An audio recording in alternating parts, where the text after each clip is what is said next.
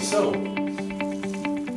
well, we've been talking a lot about, or sharing a lot, the idea that the context of these stories and these historical stories in the Bible were not just said to a vacuum, they were said into a culture and into many cultures. And the things that were said about God, even beginning in the creation story, were not said in a vacuum. They were said against a backdrop of other ancient Near Eastern cultures. And that there are messages there are things there that are being said that are not readily apparent to us. I would also submit to the idea that there are things that are done in the Old Testament that don't make any sense to us. But when we look at them through the eye of mythology, suddenly we say, oh, well, maybe they're not so dumb. I can see why they did that. I mean, I don't believe that way, but at least their actions make sense to me. So let me ask you about something.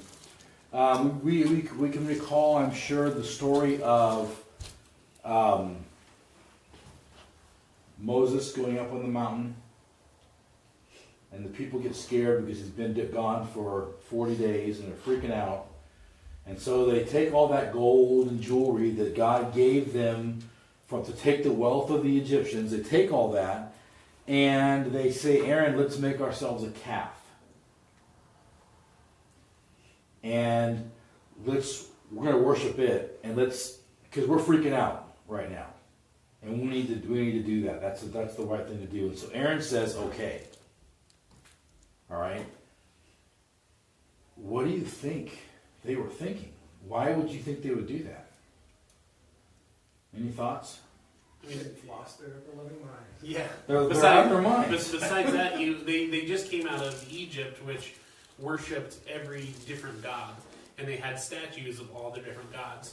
And so, even though they served a different god, they saw. I think that this could be totally off, but I think that they saw a physical god, even though it being just a statue, as something that they could see and worship and attain.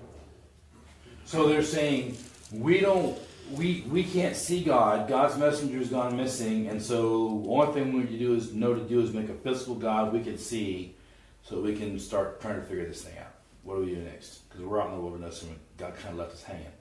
Kind of like that friend that takes you to a party, you don't know anybody, and then they leave you. You're like, really? That's how it's going to be? Robert. How much ever talking about this guy? Yeah. All right. So, we're going to look at mythology, and then we're going to revisit that story, and we're going to see if what they're doing doesn't make sense, and doesn't seem quite. And then when we see if it makes sense, then why does God's reaction? Why is it what it is? Because He gets really mad at them, right? Mm-hmm. And then he says to Israel, "Who's going to stand with me?" And only one tribe says, "We'll stand with you." You guys know who that is? The Levites. So the Levites, God says, all right, get your swords and get to cutting. And they run through the camps all day and kill people. All right, that's enough. And then it's over. What in the world? And then Moses grinds the gold up into dust and puts it in the water and makes them drink it. Yeah. Right? What's that about? I'll tell you one thing, if you're looking for evidence of the wilderness wanderings, don't go looking for anything other than just trails of gold dust throughout the throughout the wilderness. You'll find them. All right, so myths are stories in which the gods are the main characters. Gods are the main characters of the myths, and mythology. Ology is like biology or hematology or anthropology. It's the study of something, a discourse on something. And mythology is the study of myths, or it's a mythical explanation of the world through myths. To that ancient Near Eastern people, myths were the equivalent of what we call science today. They were the explanation for why the sun rose in the morning and set at night. They were the explanation for the stars in the heavens. They were the explanation for birth and death and disease. They were the explanation for volcanic activity and floods and other calamities. They were the expectations for every naturally occurring aspect of life. In fact, I would go far as to say to a person living under the mythical worldview, there's no such thing as a natural world. It's all supernatural. It's all tied to the supernatural, and everything in their worldview is influenced and moved upon by the supernatural. But if we can begin to get an understanding of what this worldview was, some of the activities of the nations around Israel and the activities that Israel was frequently returning to begin to make sense, and we can at least understand what they were actually trying to accomplish. In the ancient world, they had kings. We have some kings now, but we don't have the kings we used to. There were a lot of different kings. And a king was considered to be the image of God. They were literally the image of God. Also, they were called the Son of God. Now, how many of you have ever struggled with that when you hear the Pharaoh being called the Son of God, or you hear a king being called, the representation of God, or the image of God, or the Son of God in some ancient text? Don't you struggle with that and say, well, if these people had one eye and half a brain, they'd be able to look at them and say, well, I can kill you. You can't be a God. Right? That's because we're looking at it from our Judeo-Christian worldview. That wasn't a category of thought for them, because in their world, gods could die. And gods were born. Gods had life cycles in the mythical worldview.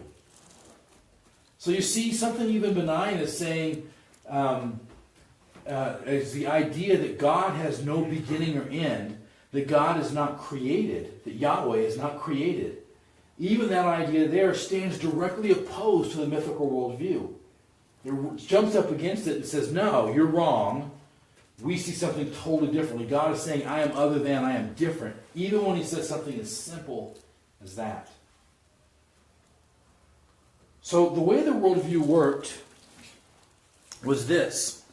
When you had, the people viewed reality as kind of having two sides. Now, I want you to understand, I am combining the Samaritan worldview and the Achaean worldview and the Egyptian worldview and the Babylonian worldview and the Assyrian worldview.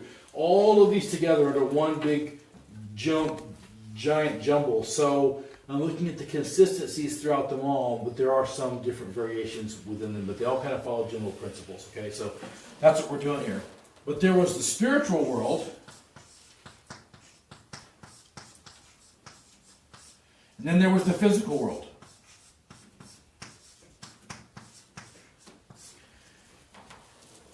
And in this worldview, where do you think that the reality was?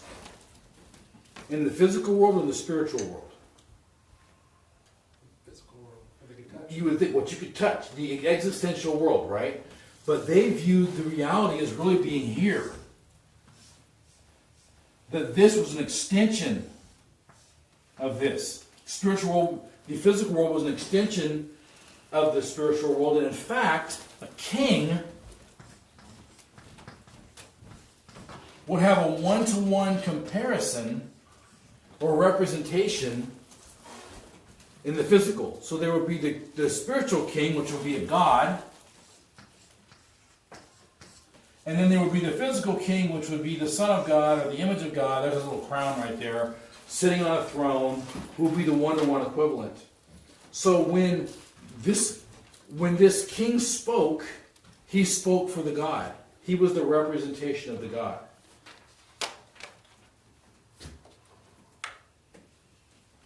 Now, just stopping right there, does that help? Does that bring sense to the idea of somebody saying, oh, he says he's the Son of God, oh, he's claiming to be equal with God? Suddenly that logically makes sense. Where in the past we're like, that's dumb. Why would you say that? He didn't say that. Now all of a sudden it makes sense.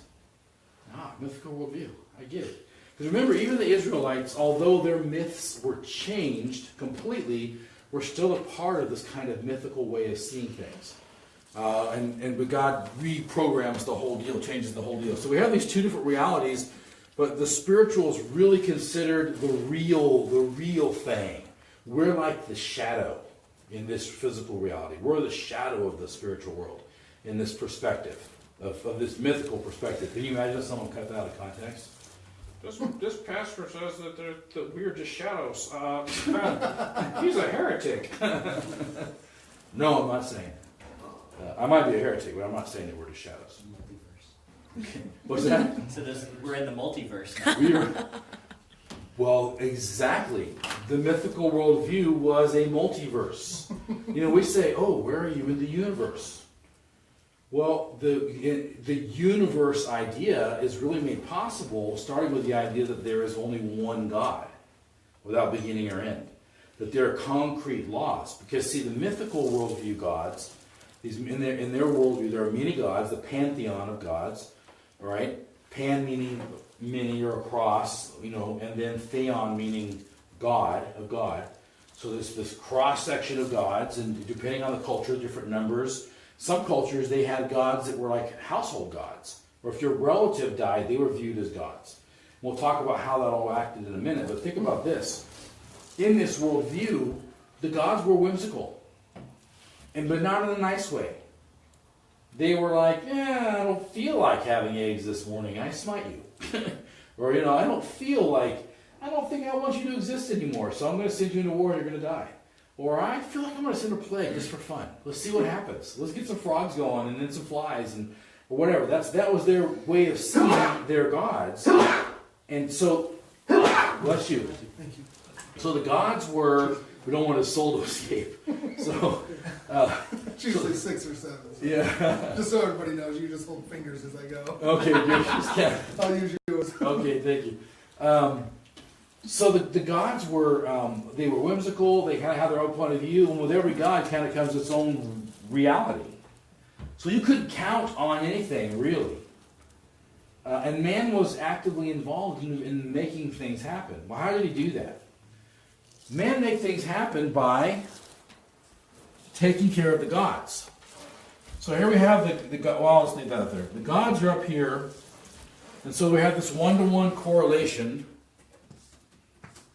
So what happens is the gods have to be taken care of. They've got to be fed. They have to be woken up in the morning. They have to be nourished. They have to be encouraged to do their activities. Because you see, in the mythical worldview, nothing is real until it has a name and a function. Go back to the creation account. Isn't that interesting? God gave everything a name and a function. And they made a declaration about it. Put the stars in the sky, light the night. But right? Things have a name and a function before they're real.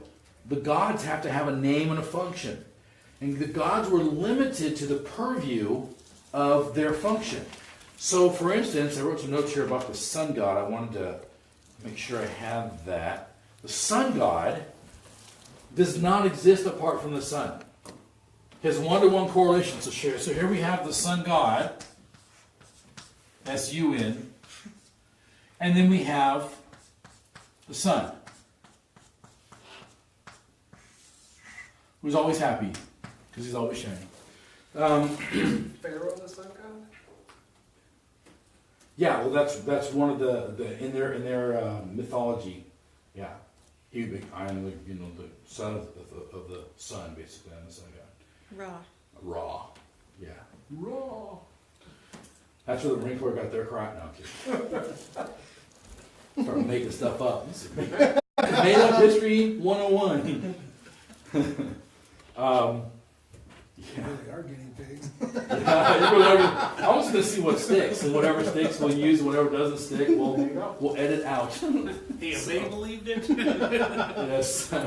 So when I finish creating, what? He's teaching online, so it must be true. All right, yeah, online so it must be true. That's right.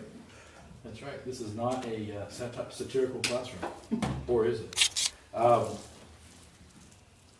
So the sun god did not exist apart from the sun. So separate or outside from each other, they could not exist. The sun god was above the sun. The sun god controlled the sun, but the sun was a manifestation of the sun god's power, of his attributes of power. And the sun god's work was keeping the sun shining, keeping it in the sky, making it do what it does. That was his job. So the sun god didn't mess with other stuff typically. He wasn't like in charge of diseases or in charge of, the moon. Depending on the culture, there's variation. Some have multiple jobs, but typically you had your one job, there was your one god, you did your one thing, and that's all you did. You were limited. So even by definition, a god that's limited is not truly a god. But in the mythical worldview, these were gods. They were a class of beings. They were the higher beings. So in that one-to-one correlation, one does not exist without the other. Now, if that is true, if it is true that one cannot exist without the other, then logically, I should be able to act upon the one and affect the other. So when we think about this king and then this god who is the one-to-one correlation with the king, if you wanted to, let's move it one over. We'll go to the statues because that makes it a little easier to understand. Let's think about the statues. So I have a god, and this god's one-to-one correlation is a statue. And we'll just make some kind of a generic statue. Do you see a candle or a woman's face? We'll make this one-to-one correlation here. So there's this god, and I want to interact with this god. I want to wake him up. I want to put him to sleep or her to sleep. I want to make sure that they're fed. I want to make sure that everything that's supposed to happen happens. So let's call this god the god of the crops. This is the crop god.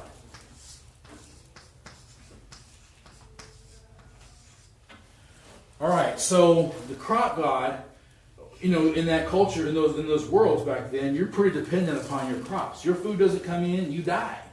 There are no second chances. There's no world relief. There aren't movie stars, raising money for you. Even if they did, you can't eat money.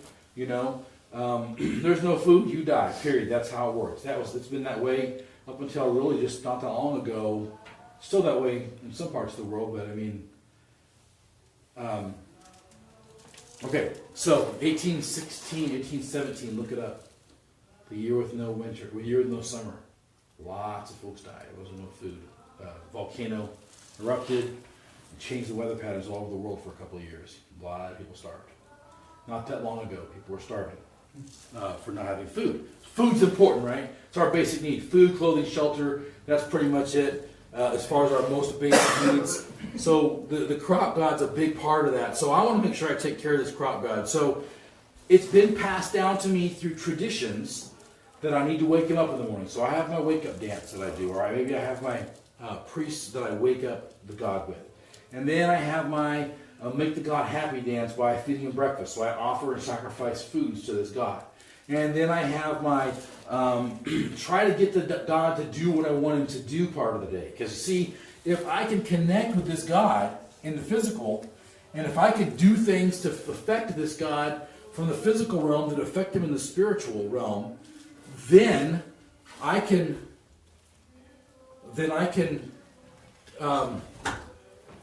if I can do that, then what I can do is I can cause him to maybe make the crops grow since he's the crop god, right?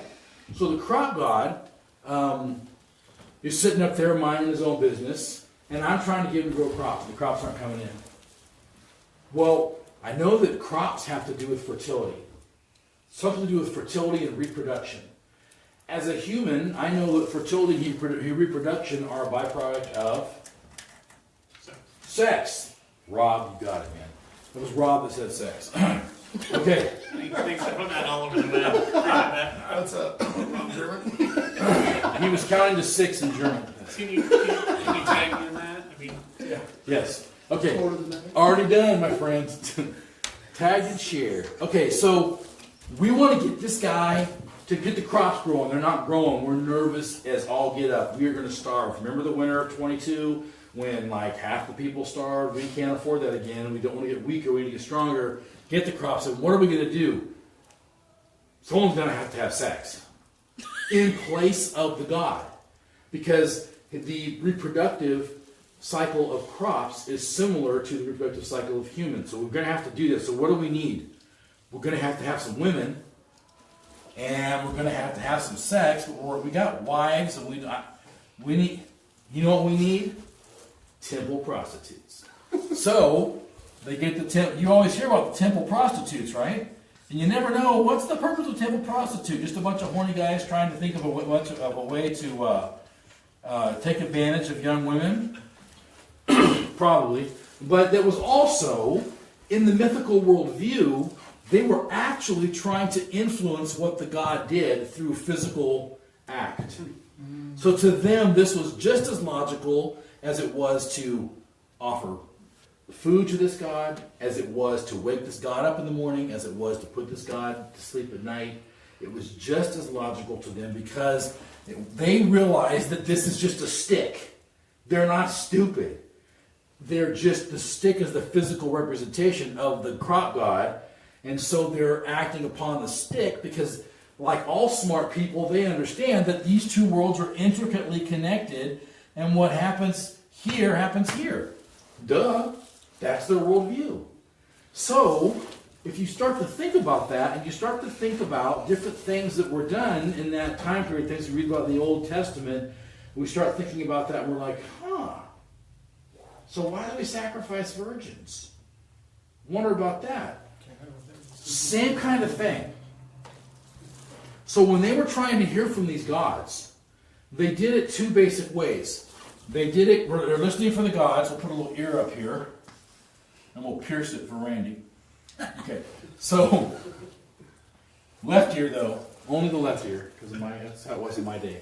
Okay, that's right. There was no double ear piercings back in the day. So if they wanted to hear from the god, they were looking for omens or prophecies. So they want to hear, that's an ear, that is an ear. They want to hear omens and prophecies from these gods. So they get an omen. Omen is pestilence. So the oracle, the person that gives the prophecies, or the priestess, the people that represent the god, however that works in their specific group, say pestilence. The gods are mad at us. Gods are mad at the king. Cool. So what do you think needs to happen to a person the gods are mad at in order to remove that problem? Off with their head, right? Do them in. So sometimes if it's the volcano god, we want to keep the volcano god from blowing up on us, and we see smoke coming out, we run up there, and we know, and in our particular mythical worldview, what satisfies the anger of the volcano god is a nice fresh virgin. So we throw a nice fresh virgin in there. Look, no explosion. It worked. And we go back down, we go back down to our village, and we're very happy, and we're very thankful, and we don't mourn the loss of Medimukuli, or whatever the island girl's name was. We don't mourn Melekelikimaka. We don't mourn the loss of Little Merry Christmas because she's now in the reality. She's now in the spirit world.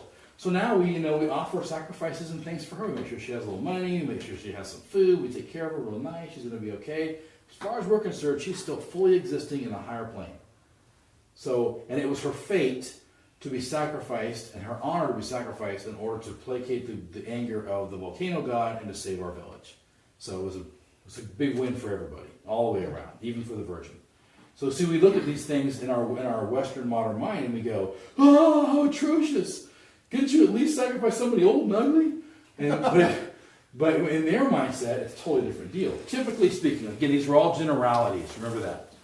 So the same thing would happen with the king. So there's a bad omen. And the oracle says the gods are mad at the king. They are mad at the king. So what they would typically do is they'd find a guy and they'd say, hey guy, how'd you like to be king for a few months? Oh, sounds great. So they would take this new guy, he would come in and they would actually confer upon him the kingship. He'd get the king's ring, he'd get the royal seal, he'd get his own queen. He'd live in the palace and get his food and all that kind of stuff. He could even rule and make decisions. And after a bit, he would go and he would recite all these incantations to the gods, proclaiming his guilt and responsibility for whatever was wrong. And at the end of about 90 or 100 days, they'd walk in and say, thank you so much for your service to your country. We salute you. And that would be the end of him, with their obviously pre-gun guns. But that's how, and then they would put the other king back in power. Crisis averted, right? So that's how they dealt with things. And they really weren't trying to trick the gods. They were just, that's how they, well, someone's got to die. Duh.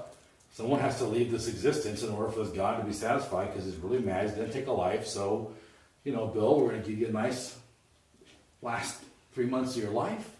And then you and the queen check out. Crazy. Right? Makes perfect sense to them. I want to go back for a second to the idea that comparing our God to these ancient gods. These gods had origins. They had to be taken care of. They were capricious. They did whatever they felt like doing whenever they felt like doing it. Right? They had to be placated and satisfied. Humanity existed to take care of them. Take care of the ground, keep your nose to the grindstone, stay quiet, and take care of my needs and do what I ask you to do. That was the jobs of humans in the mythical worldview. So here we have this totally different thing going down where our God, Yahweh, comes in and says, no. First of all, I wasn't created. Second of all, there's no pantheon. It's just me kicking it here. Me, myself, and I, Father, Son, and Holy Ghost. We're in this perfect relationship. That's it. There's nobody else. We have no origin. We've just always been. We made you. Those gods made you as an accident or to work for them. We made you because we wanted to make you, and we said you're very good. And those kings claim to be made in the image of these pantheon of gods. All of my people are made in my image of the true king. You are all image, the one-to-one correlation of the image of God. And, okay, wow. And, oh, by the way, you don't exist to serve me and my needs because I don't have any needs. Nothing you can do to help me. And by the way, you can't influence me. You can't go and have your temple prostitutes and influence me. You can't sacrifice at the altar to placate me. Remember, we'll go into sacrifice there. So I'm not saying the sacrificial system wasn't important, but it's not done so that God's wrath can be satisfied. It's an act of, it's completely different. It's covering over our sins, preparing the way for Jesus. It's making the blood sacrifice make sense. It's about maintaining relationship on our end. God's good on his end. Right? He needs nothing. So it's a totally different view of God. It's a totally opposite view of God from what the mythical worldview said and what the other world said. How are we doing on time? It is 7:43. 7:43. I have like 17 minutes of stuff left. Perfect. That's perfect. All right. All right. Very Get good. back at it.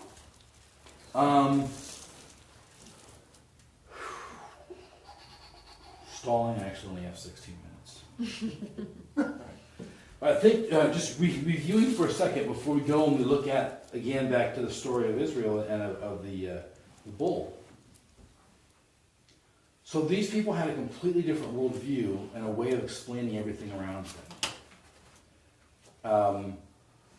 Their concept of history was different than ours in a number of ways. Some of them actually make it into the Bible. Number one, these stories of these myths of the origins of their gods and all that, those were not stories to them or maybe kind of could have happened. They believed it 100%.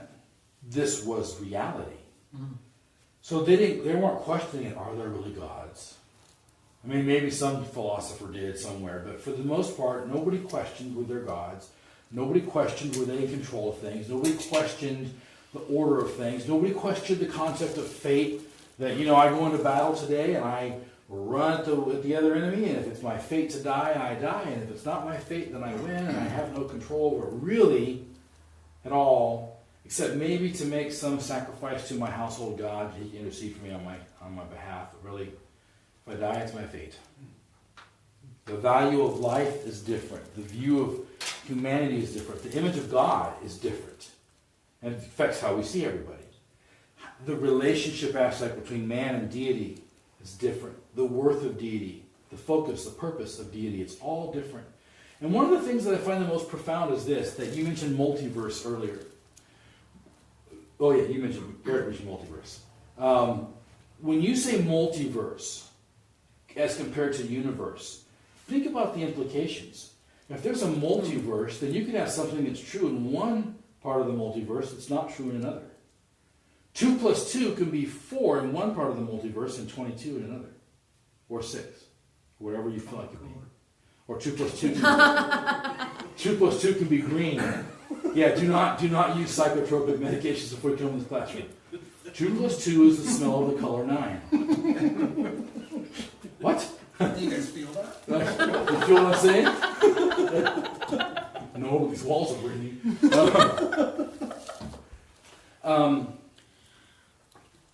So, with the introduction of this universe concept, of this idea of there being one universe, I mentioned a little before, there's one set of rules, and it makes it possible to know stuff.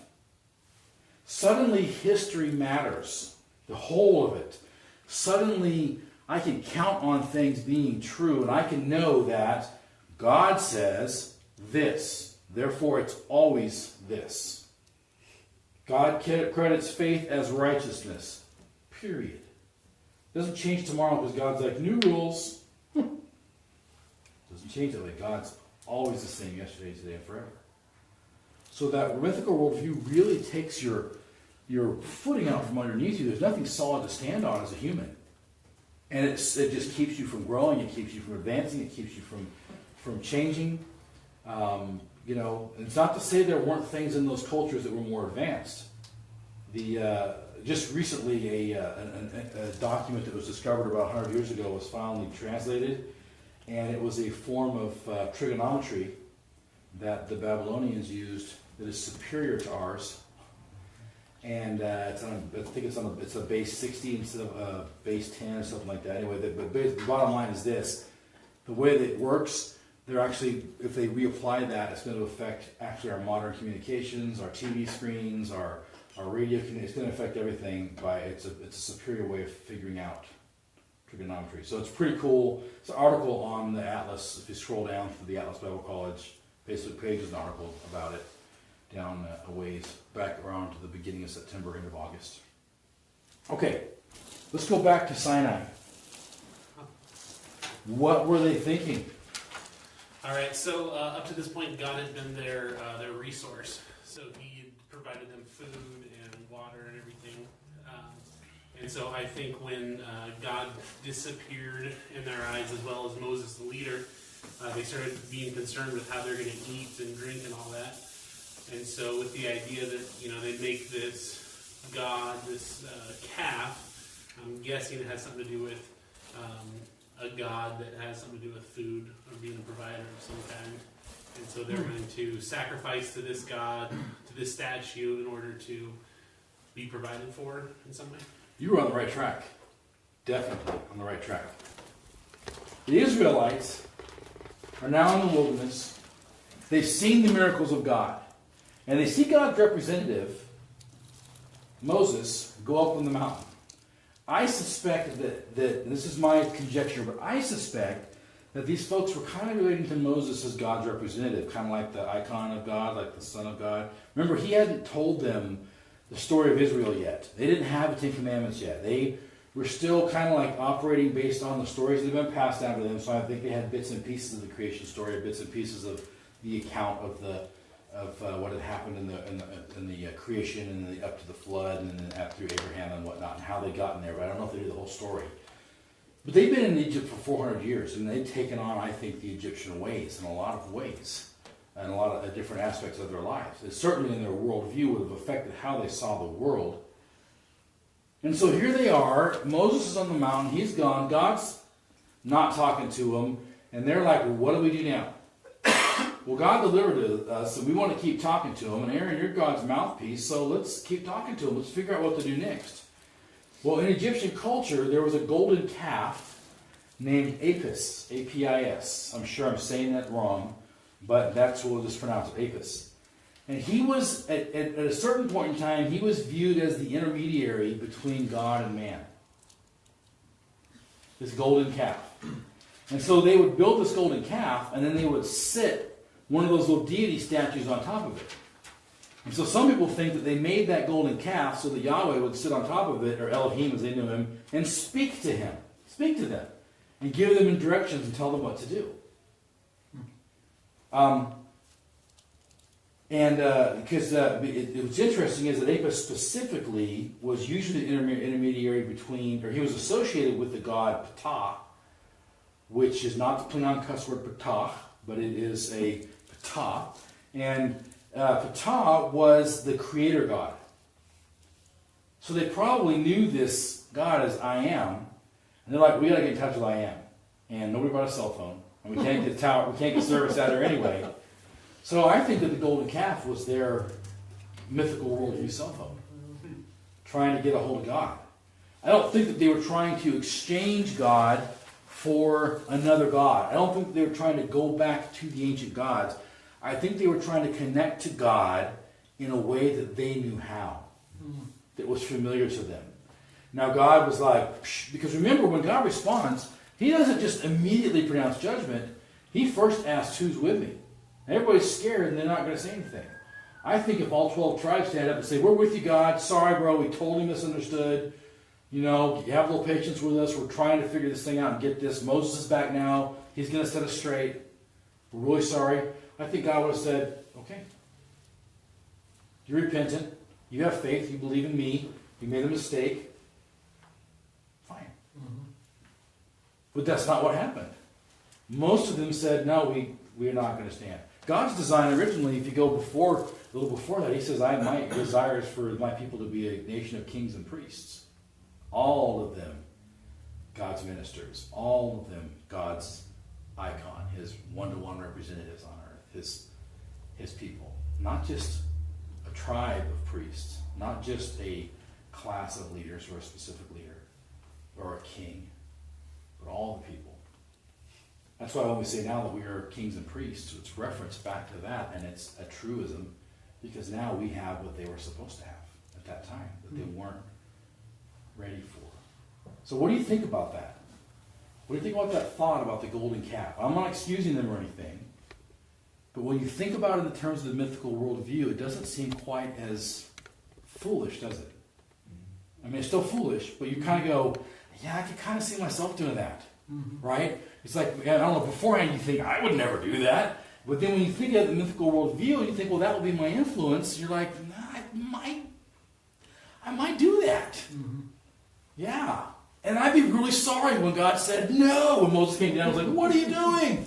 And starts grinding it up. I'd be like, uh-oh. Did I misread that? By the way, I don't pick up subtle clues, or I don't read between the lines very well with people. So that literally is my life sometimes. Oh, did I miss that? My wife's like, you really couldn't see that person was telling you this? I'm like, not a clue. That's what God gave me you. I love your wife to help me understand these things, because I don't have a thought. Good? Okay. What do you think the benefit of having idols is, and being able to relate to God through idols, is over having to relate to God directly through Christ? Having God live in your heart. What is the benefit of having God at a distance as opposed to having God right in my heart? What is the benefit? Well, you can't see what I'm doing all the time. All right. Yeah. So If I can make God, and I can understand God, and I can know what God's limitations are, and I can affect God, and I can control God, ultimately we go right back to the very beginning of the battle for control.